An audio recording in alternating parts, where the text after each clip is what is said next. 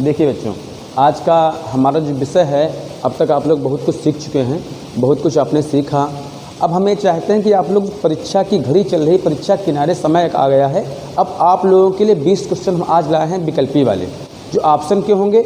और आप समझो, ये 20 क्वेश्चन ऑप्शन के तो आएंगे ही आएंगे, इसके अलावा जो छोटे छोटे क्वेश्चन आते हैं परीक्षाओं में, वो पूछे जाते हैं, वो भी आपके हो जाएंगे।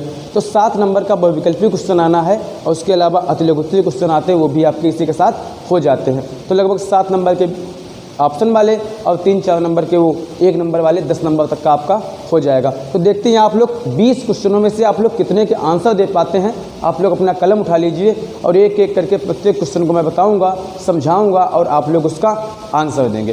प्लस एक बात और है कि ये जो परीक्षाएं होने वाली हैं, बोर्ड की होंगी, इसमें आप एक बात तो मान चलिए कि आपका ऑप्शन वाला क्वेश्चन बिल्कुल ही नहीं गलत होना चाहिए। क्योंकि आप अगर इसके अलावा जो क्वेश्चन आते हैं, आप उसमें थोड़ा बहुत बना के भी लिख सकते हो, लेकिन ऑप्शन वाला तो आपको आना ही आना चाहिए। इसके लिए हम आपको एक टेस्ट बना रहे हैं, इससे आप लोग, और ये क्वेश्चन बिल्कुल ही पूछे ही जाएंगे। तो देखो, चलते हैं। हमारा पहला क्वेश्चन आज है कि ग्रेफाइट जो है केमिस्ट्री का टर्म है आज, और इसमें हमको 20 क्वेश्चन करने हैं कि अब केमिस्ट्री में क्या क्या ऑप्शन वाले क्वेश्चन होंगे, ये देख लीजिए आप। ग्रेफाइट जो है किस प्रकार का ठोस है? नंबर 1 आयनिक ठोस, नंबर 2 धात्विक ठोस, नंबर 3 सहसंयोजी ठोस, और नंबर 4 आणविक ठोस। अब बात ग्रेफाइट की है, तो ग्रेफाइट को देखिए, सोचिए आप ग्रेफाइट किस प्रकार का तत्व होता है। तो ग्रेफाइट के लिए आयन तो होते नहीं उसमें, तो आयनिक ठोस हो नहीं सकता, धातु है नहीं तो धात्विक ठोस भी नहीं हो सकता है। अब बचे सहसंयोजी ठोस या आणविक ठोस। आपको सबकी परिभाषा हमने पहले ही बताई थी कि वे ठोस जो आयनों से मिलकर बने होते हैं आयनिक ठोस कहलाते हैं, जो ठोस धातुओं से मिलकर बनते हैं धात्विक ठोस कहलाते हैं, और जो अणुओं से मिलकर बनते हैं आणविक ठोस कहलाते हैं। तो ऑप्शन बचा कौन सा? आपका सहसंयोजी ठोस। देखो, ग्रेफाइट बिल्कुल एक ऐसी संरचना होती है जो सहसंयोजी ठोस होता है, नेटवर्क ठोस की भांति कार्य करती है। उसमें एक कण दिखाई नहीं देता, मतलब बिल्कुल एक में ही लगे होते हैं। कौन सा होगा? सहसंयोजी ठोस आपका आंसर हो जाएगा। अगला क्वेश्चन है, 8 ग्राम NaOH को 450 ग्राम विलयन में घोला गया, मोलरता ज्ञात कीजिए। अब इसकी मोलरता ज्ञात करनी है, ये तो कलम से ही लगाना होगा आपको। तो ऑप्शन इसमें है 0.44 m, 0.492 m, और तीसरा है 0.28 m 28, और चौथा है 0.039 m। तो आपके पास 4 ऑप्शन हैं। प्रश्न क्या है? 8 ग्राम NaOH को 450 ml में घोला गया है, विलयन की मोलरता ज्ञात कीजिए। सूत्र होता है मोलरता बराबर भार बटे अनुभार बटे आयतन लीटर में। तो भैया भार दिया है 8, अनुभार निकालो, NaOH का आएगा 40, तो 8 बटे 40 बटे आयतन है 450 बटे 450, और बदलिए लीटर में, तो हो जाएगा 450 बटे 1000। ऊपर आपका है 8 बटे 40, नीचे वाला आप टर्म को उल्टा कर दीजिए, तो 1000 चला जाएगा ऊपर, नीचे आ जाएगा 450। सॉल्व करेंगे तो इसका आंसर आएगा 0.44 m। आपका आंसर पहला होता है 0.44 m। बच्चों, ये क्वेश्चन आप लोग बहुत ही दिमाग से लगाएं, और ये मान चलिए ऐसे ही प्रश्न आपकी बोर्ड की परीक्षा में आने ही वाले हैं। एकदम तैयार किए हुए क्वेश्चन हैं, बिल्कुल फंसेंगे। तीसरा क्वेश्चन है विशिष्ट चालकता। आप लोग बहुत ध्यान से प्रत्येक क्वेश्चन को देखिए। ये आज मैं एक बात कह रहा हूँ, आज मेरी बात सुन लीजिए आप लोग। यही प्रश्न आपको बोर्ड के एग्जाम में 7 जो आप 10 पूछे जाएंगे, उसमें रखे मिलेंगे, बिल्कुल दिखा, आप मान चलो आएंगे ही आएंगे। विशिष्ट चालकता की इकाई है। आपके पास 4 ऑप्शन है। विशिष्ट चालकता का मात्रक पूछा गया है, सेंटीमीटर की power -2 ohm inverse, centimetre ohm inverse, और तुल्यांक इनवर्स। चौथा है सेंटीमीटर, तीसरा है सेंटीमीटर इनवर्स ओम इनवर्स, और चौथा है सेंटीमीटर पावर -2 ओम। फिर सुनिए ऑप्शन। पहला ऑप्शन है सेंटीमीटर घात -2 ओम की घात -1, सेंटीमीटर ओम की घात -1 तुल्यांक की घात -1, और तीसरा ऑप्शन है सेंटीमीटर घात -1 और ओम -1, और चौथा है सेंटीमीटर घात -2 ओम। आपका आंसर तीसरा वाला है, सेंटीमीटर इनवर्स ओम इनवर्स। तो बच्चों, अगला क्वेश्चन देखते हैं। प्रथम कोटि की अभिक्रिया के लिए वेग स्थिरांक का मात्रक है। बच्चों, प्रथम कोटि और शून्य कोटि के क्वेश्चन हमने आपको पूरा वीडियो बनाया, समझाया है प्रथम कोटि और शून्य कोटि का निकालना। उसमें बताया था, पूछा जाता है, बहुत परीक्षा में पूछा जाता है कि प्रथम कोटि की अभिक्रिया के लिए वेग स्थिरांक का मात्रक क्या होता है। आपको 4 ऑप्शन दिए मिलेंगे वहाँ परीक्षा के लिए। Mole, litre inverse, second inverse, litre, mole inverse, second inverse, और सी वाला होगा सेकेंड इनवर्स, चौथा है मोल लीटर इनवर्स। बच्चों आप लोगों से एक बात और कह दें, आप लोग परीक्षा में ये न देखा करें कि 4 ऑप्शन में कौन सा ऑप्शन सही होगा, बल्कि ये ढूंढा करो कौन सा ऑप्शन नहीं हो सकता। जब आप नहीं को खोज लेंगे तो सही वाला आपका आ ही जाएगा। तो मोल, लीटर इनवर्स, सेकेंड इनवर्स ये नहीं हो सकता। दूसरा है litre, mole inverse, second inverse, ये भी नहीं है। सी वाला ऑप्शन है सेकेंड इनवर्स। इसका आंसर क्या होता है? Second inverse. प्रथम कोटि की अभिक्रिया के लिए वेग स्थिरांक का मात्रक सेकेंड इनवर्स ही होता है। तो आप लोग ये ढूंढा करिए कौन सा नहीं हो सकता, शेष बचा आपका आंसर तो हो ही जाएगा। अगला क्वेश्चन है 5वां, पर्पिल ऑफ कर्सियस। पर्पिल ऑफ कर्सियस किसको कहते हैं? ये क्वेश्चन बहुत ही इंपॉर्टेंट है बच्चों। और एक बात बता दें आपको कि आप लोगों ने 5वें क्वेश्चन चल रहे हो तो आपको 4 में कितने किए इसका मूल्यांकन करना, लास्ट में आप बताना आपने कितने कर पाए। पर्पिल ऑफ कर्सियस है क्या है? AS2S3 साल, AU साल, सल्फर साल, FeOH3 का होल थ्राइस, FeOH का थ्राइस साल। तो आपको 4 में से एक ऑप्शन सही करना है, पर्पिल ऑफ कर्सियस। बच्चों पर्पिल ऑफ कर्सियस को AU साल कहते हैं, तो AU साल हो जाता है, बाकी के आपके ऑप्शन नहीं है, इसका ऑप्शन है AU साल। अगला सर्वाधिक इलेक्ट्रॉन लब्ध एंथैल्पी वाला तत्व है। सर्वाधिक सबसे अधिक इलेक्ट्रॉन की एंथैल्पी करने वाला, ऊर्जा करने वाला तत्व कौन सा होगा? Nitrogen, oxygen, chlorine, fluorine. Nitrogen है, ऑक्सीजन है, क्लोरीन है, फ्लोरीन है। बच्चों सबसे अधिक एंथैल्पी करने वाला फ्लोरीन होता हमारा है, नाइट्रोजन भी नहीं, ऑक्सीजन भी नहीं, क्लोरीन भी नहीं। ये कौन सा ऑप्शन है? फ्लोरीन। अगला है रंगहीन आयन है। बच्चों इसको ध्यान सुनो, रंगहीन और रंगीन में क्या अंतर होता है? बच्चों जब हम इनका इलेक्ट्रॉनिक विन्यास निकालते हैं और उसके बाद इनको भाई जब किसी तत्व को इलेक्ट्रॉनिक विन्यास निकालने कहा जाता है तो आप लोग 1:2:2 अफवाह के नियम से निकाल देते हैं। फिर उनको क्या करते हैं? उनको उसके उपकोषों में भरते हैं। तो यदि हम उपकोषों में भरते हैं तो वो फुल भर जाएं तो कैसे होते हैं? रंगहीन। भाई फुल हो गया, किसी से क्रिया ही नहीं करेगा। जब वो स्वयं में पूर्ण हो जाएंगे तो किसी से क्रिया करेंगे? नहीं करेंगे। भाई जब पूर्ण हो जाएगा तो क्रिया नहीं करेगा, और जब क्रिया ही नहीं करेगा तो उसका रंग नहीं बदलेगा, तो वो होगा रंगहीन। और क्रिया करेगा तो वो होगा रंगीन। जो क्रिया करेंगे, किसी से मिलेंगे, वो कैसे होंगे? रंगीन होंगे। इसमें कह रहा है रंगहीन, क्रिया नहीं करेगा। तो इन चारों Cu+ पहला ऑप्शन है, बी वाला है Cu2+, तीसरा है Ni2+, और चौथा है Fe3+। चारों का विन्यास निकाल लीजिए, फिर भैया उपकोष भरिए। जो फुल भर जाएगा वो रंगहीन होगा और नहीं भर पाएगा तो रंगीन होगा। तो आपका आंसर आएगा Cu+, ये रंगहीन है। इन सब की अपेक्षा ऑप्शन की अपेक्षा चला करो। भाई ऑप्शन देख के चला किया करो। एक क्रिस्टलीय ठोस में होती है, अगर ठोस क्रिस्टलीय है तो उसमें क्या क्या पाया जाएगा, इस संबंध में ऑप्शन दिया गया है। दीर्घपरास, लघुपरास व्यवस्था, अनिश्चित व्यवस्था, कोई नहीं। बच्चों एक क्रिस्टलीय ठोस होता है, उसमें आपको पता था एक ठोस 2 प्रकार का होता है, क्रिस्टलीय ठोस, एक अक्रिस्टलीय ठोस। क्रिस्टलीय ठोस वे होते थे जिनकी सतहें सपाट होती थी, अक्रिस्टलीय की सतहें सपाट नहीं होती थी। क्रिस्टलीय ठोसों की व्यवस्था दीर्घपरास में होती थी, अक्रिस्टलीय की लघुपरास में होती थी। तो इसमें क्रिस्टलीय ठोस में क्या होती है व्यवस्था? कैसी होती? दीर्घपरास व्यवस्था होती है। और अगर अक्रिस्टलीय होता तो कैसी होती? लघुपरास होती। निम्न में से कौन सा अणुसंख्यक गुणधर्म है? अणुसंख्यक गुणधर्म कौन सा है? 4 ऑप्शन दिया गया है।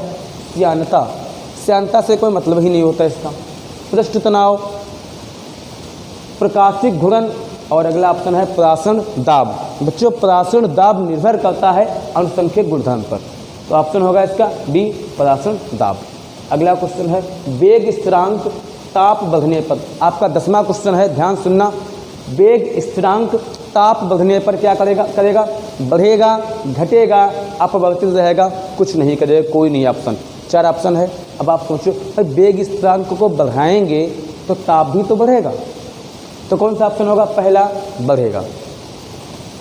11वां क्वेश्चन है, बहुत ध्यान से आपको आंसर देने हैं। अब आपने तय कर लिए होंगे कि 10 में आपने कितने कर पाए हैं। और अब ये 10 हैं, इसमें आप कितने कर पाते हो। पहला क्वेश्चन है 11वां क्वेश्चन है यहाँ पर का, और इससे अलग देखा जाए तो पहला क्वेश्चन है, तो 10 इधर 10 इधर। प्रथम कोटि की अभिक्रिया और वेग स्थिरांक तथा अवधावी। प्रथम कोटि की अभिक्रिया में क्या होता है, वेग स्थिरांक तथा अवधावी में संबंध कोई पूछता है तो आप क्या बताते हो।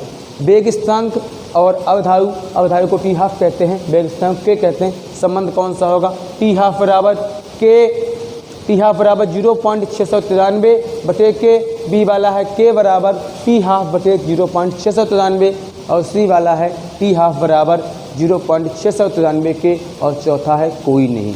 सोच के बोलो, बहुत अच्छा ऑप्शन है T, A B C D. इसका ऑप्शन कौन सा भाई सही, ये है कि बी है कि सी है कि डी है। टी हाफ बराबर 0.693 के, पहला ऑप्शन कहीं सही हो जाता है। अच्छा, अगला, किसी रासायनिक अभिक्रिया में उत्प्रेरक का प्रभाव। आपको बता चुके थे उत्प्रेरक क्या होते हैं, वे बाहरी पदार्थ जो किसी भी अभिक्रिया की दर को बढ़ाने में सक्षम होते थे, या कह सकते हो कि वे बाहरी पदार्थ जो अभिक्रिया को पूरी कराने में उसकी सहायता करते थे, उत्प्रेरक कहलाते थे। तो कहता क्या है, किसी रासायनिक अभिक्रिया में उत्प्रेरक का प्रभाव को परिवर्तित करना किसका काम होता है, सांद्रता का। सांद्रता से तो मतलब ही नहीं इसका है। संकीर्ण ऊर्जा, ऊष्मा, उत्पाद। भाई उत्पाद से भी क्या मतलब है, आप कुछ भी बनाओ। सांद्रता, संकीर्ण ऊर्जा, ऊष्मा, उत्पाद, संकीर्ण ऊर्जा है भाई, क्योंकि ऊष्मा, उत्पाद और सांद्रता से कोई मतलब इसमें नहीं है। कोहरे भेदने वाले लैंप, आपको अक्रिय गैसें बताई थी हमने। अक्रिय गैसों में हमने बताया था आपको हीलियम का उपयोग कहाँ होता है, नियान का उपयोग कहाँ होता है। तो उस वैसा क्वेश्चन है, कोहरा भेदने वाले लैंप में कौन सी गैस होती है, नियान, हीलियम, N2AR। हम आपको समझाते हैं, देखो हमने बताया था हीलियम का उपयोग गुब्बारों में होता है, वायुयान के टायरों में होता है। यहाँ क्या वायुयान का टायर या गुब्बारा लिखा है, तो हीलियम तो हो ही नहीं सकता, हीलियम बात खत्म हो गई। अब आई बात आर्गन। आर्गन का तो उपयोग विद्युत बल्बों में करते हैं हम लोग, ये भी नहीं हो सकता। N2 तो इसके साथ भरी जाती है, और N2 तो अक्रिय गैस भी नहीं है। तो ऑप्शन बचा कौन सा, नियान। विद्युत लैंपों में नियान भरी जाएगी। अगला क्वेश्चन 14वां है, क्लोरोपिक्रीन है। आपको बताया था हमने पिक्रिक अम्ल और होता है और क्लोरोपिक्रीन और है। क्लोरोपिक्रीन है, आपके पास 4 ऑप्शन दिया है, कौन सा होगा, CCl3 CHN, नहीं ये नहीं हो सकता, CCl3 NO2, और सी वाला ऑप्शन है CCl3 NO2 का फुल ट्वाइस, और चौथा इनमें से कोई नहीं। तो भैया अब ये पहला तो हो नहीं सकता, दूसरा वाला, तीसरा वाला, चौथा वाला आप लोग छांटिए। इसका ऑप्शन कौन सा होगा, CCl3 CHN, CCl3 NO2, CCl3 NO2 और कोई नहीं। भाई बी वाला ऑप्शन होगा CCl3 NO2। अगला क्वेश्चन, मोस्ट इंपॉर्टेंट, ल्यूकास अभिक्रमक क्या है। बच्चों आपको बता ही देते हैं, ल्यूकास अभिक्रमक जो है एल्कोहलों का परीक्षण करता है और बताता है प्राथमिक एल्कोहल, द्वितीयक एल्कोहल और तृतीयक एल्कोहल विभेद करता है। तो हम कह सकते हैं क्वेश्चन ऐसा आ जाए, एल्कोहलों में विभेद करने के लिए क्या प्रयुक्त करते हैं, तो कह सकते हैं ल्यूकास अभिक्रमक। क्वेश्चन है, ल्यूकास अभिक्रमक का सूत्र पूछा गया, कैसा होता है, तनु HCl प्लस निर्जल ZnCl2। अगला बी वाला ऑप्शन PD/BaSO4, सी वाला सांद्र HCl प्लस निर्जल ZnCl2, और आप वाला सभी। तो पहला है कि दूसरा है कि तीसरा है कि चौथा है, तनु HCl प्लस निर्जल ZnCl2, PD प्लस BaSO4, तीसरा सांद्र HCl प्लस निर्जल ZnCl2, सभी। सी वाला तीसरा ऑप्शन है सांद्र। अच्छा ध्यान देना है यहाँ पे, तनु HCl कहा और इधर सांद्र कहा, बाकी पूरा पूरा है, तो सांद्र HCl होता है, तनु HCl नहीं होता इसके साथ। 16वां क्वेश्चन, CH3N है एक, क्या है, प्राथमिक एमीन, द्वितीयक एमीन, तृतीयक एमीन, कोई नहीं। अरे यार CH3N कैसा है, प्राथमिक, द्वितीयक, तृतीयक, सी वाला ऑप्शन आएगा तृतीयक एमीन। एमीन 3 प्रकार के होते हैं। प्राथमिक एमीन एक बार H2, द्वितीय एमीन में NH आ जाता है और तीसरे में N बचता है खाली। अगला 7वां क्वेश्चन ध्यान से, कार्बोहाइड्रेट जो हमारे शरीर में रिजर्व ग्लूकोज का कार्य करता है, रिजर्व ग्लूकोज का कार्य, नया क्वेश्चन बिल्कुल है, सभी लोग देखो इसको। कार्बोहाइड्रेट जो हमारे शरीर में रिजर्व ग्लूकोज का कार्य करता है, sucrose, starch, glycogen, fructose. Reserve glucose का कार्य करता है हमारे शरीर के अंदर कौन सा कार्बोहाइड्रेट होता है? सुक्रोज नहीं होता, स्टार्च भी नहीं है, अब ग्लाइकोजन बचा और फ्रक्टोज बचा। फ्रक्टोज तो हो नहीं सकता कि फ्रक्टोज शर्करा तो है, लेकिन जब सुक्रोज का अपघटन होता है तो ग्लूकोज फ्रक्टोज बनता है, ये फीकी शर्करा होती है, यह शर्करा नहीं कह सकते। ग्लाइकोजन, ग्लाइकोजन हमारे शरीर में रिजर्व ग्लूकोज का कार्य करता है। नया क्वेश्चन था बिल्कुल। अगला क्वेश्चन है RNH2 plus CCl3 plus KOH, मतलब प्राथमिक एमीन की क्रिया क्लोरोफार्म और पोटेशियम हाइड्रोक्साइड के साथ कराई गई है, तो क्या बनेगा? अब आपको सोचना है ये कैसी अभिक्रिया है। गाटरमान, कार्बिल एमीन अभिक्रिया, रोजनमुंड और सिमिट।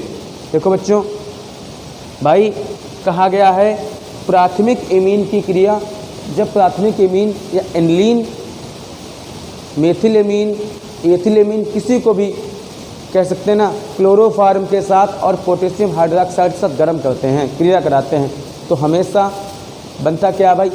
साइनाइड बनता है। एथिल आइसोसाइनाइड, मेथिल आइसोसाइनाइड या बेंजिल आइसोसाइनाइड बनते हैं। ये अभिक्रिया क्या हैं? ये तीनों अभिक्रिया कौन सी हैं? कार्बिल एमीन अभिक्रिया है, कार्बिल एमीन अभिक्रिया है। ऑप्शन आपका बी वाला सही हो जाता है। 19वां क्वेश्चन, फेलिंग विलयन, ध्यान से, को अपचयित नहीं, फेलिंग विलयन को अपचयित नहीं करता है।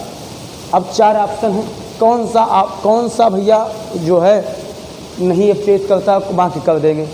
अब इनमें कौन सा नहीं? फेलिंग विलयन और टैलिन अभिक्रमक, मैंने आपको खूब बताया फेलिन क्या होता है और टैलिन क्या होता है। टैलिन को चांदी कहते हैं, AU होता है, और फेलिंग CU। तो अब आपको फर्क क्या था? फेलिंग विलयन कैसा होता है, टैलिन कैसा होता था, मैं आपको बताया था डिटेल से कि देखो क्या होता है फेलिंग और टैलिन में खास अंतर। देख लीजिए आप लोग, CuOAg2O, ये आपका फेलिंग था, ये आपका टैलिन था।